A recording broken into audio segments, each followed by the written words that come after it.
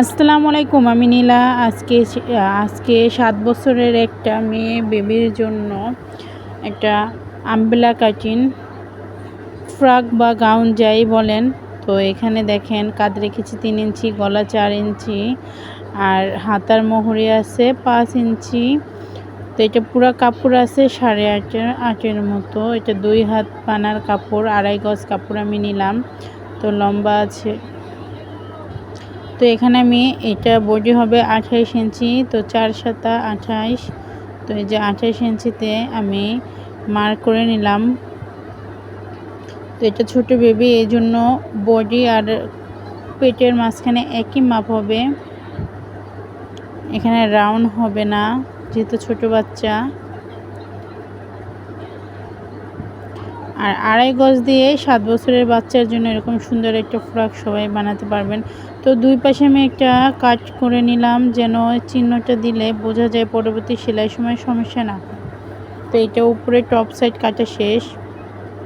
তো নিচের সাইডটা আমি কেটে নিব। এই দেখেন, এটা আমি 2 ভাঁজ করে নিলাম। এখন আমি কোনা কোনা নিয়ে নিব। এটা 4 ভাঁজ হয়ে গেল। যেহেতু এটা আমব্রেলা কাটিং বলেন কিংবা যে গোল ফ্রক গাউন যেটাই বলেন সুতি, তো এইটা এখন আমি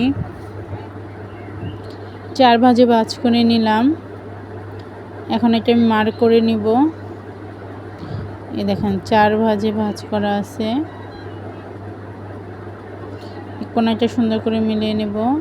কাপড়গুলো আমি সোজা করে নেব। যদি কোনো কুচকানো থাকে, হালকা থাকে, হাত দিয়ে সোজা করে নেবেন। আর যদি বেশি থাকে অবশ্যই আয়রন করে সুন্দর করে এগুলা সোজা করে নেবেন, না হয় পরবর্তীতে আপনার যখন বানানো শেষ হবে মাপে ঝামেলা হবে। এ দেখেন 22 ইঞ্চি,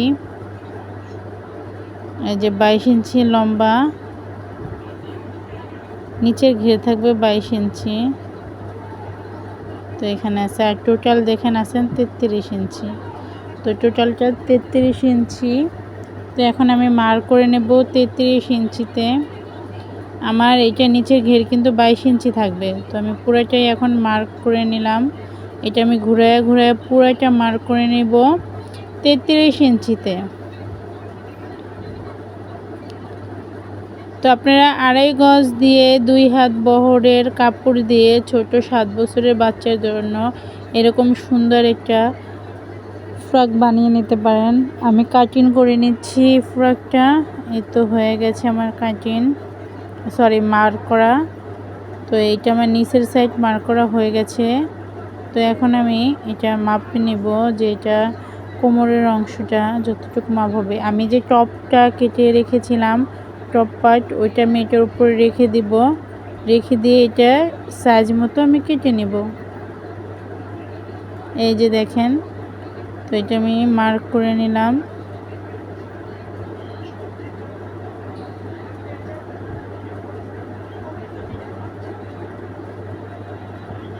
এই যে আমি এটা কেটে নিলাম।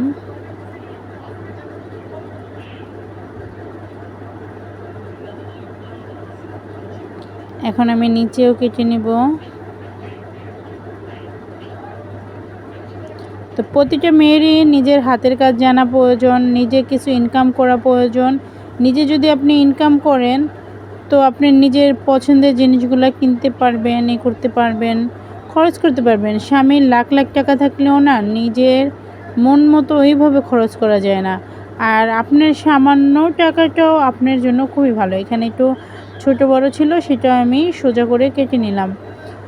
তো আমি কিন্তু এই কাজ করে আমার নিজের জন্য কানের দুল বানাইছি, আংটি বানাইছি, কারণ আমারটা 1 টাকাও সংসারে দিতে হয় না। কারণ আমার স্বামীর যথেষ্ট পরিমাণে টাকা আছে, যা কিনা আমাদের সংসারে আমার টাকার প্রয়োজন নেই। কিন্তু তাও আমি করি। কেন করি জানেন?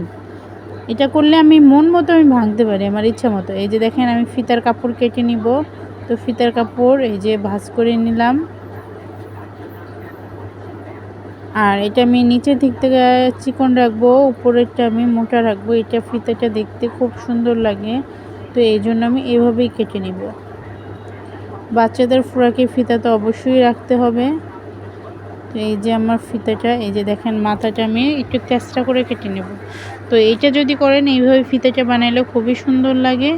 তো এই যে আমাদের ফিতা কাটা হয়ে গেল। এই যে লম্বাটা আমি দেখাই দিচ্ছি, যাই হোক ক্যামেরায় উঠে নাই। তো হয়ে গেছে, এই যে দেখতে পাচ্ছেন আমাদের ফিতা।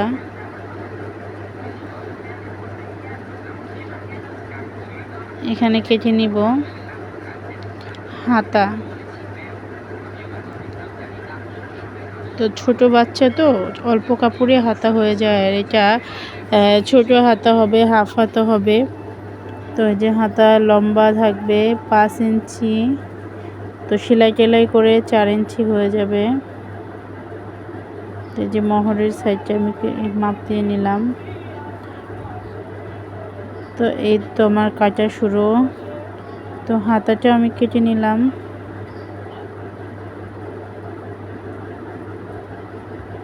যারা অল্প অল্প মানে কাপড় সেলাই করতে পারেন, কাটিংটা এভাবে করে নেবেন, তো সহজ হবে।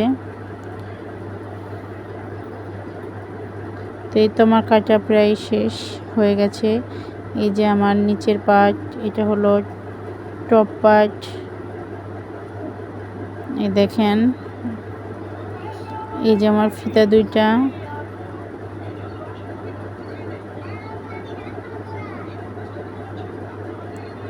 এটা হবে কুচি গলার কাছে। এই যে হয়ে গেল হাতা। টাটা বাই বাই, ভালো থাকবেন সবাই। আর কীরকম ভিডিও চান অবশ্যই আমাকে জানাবেন।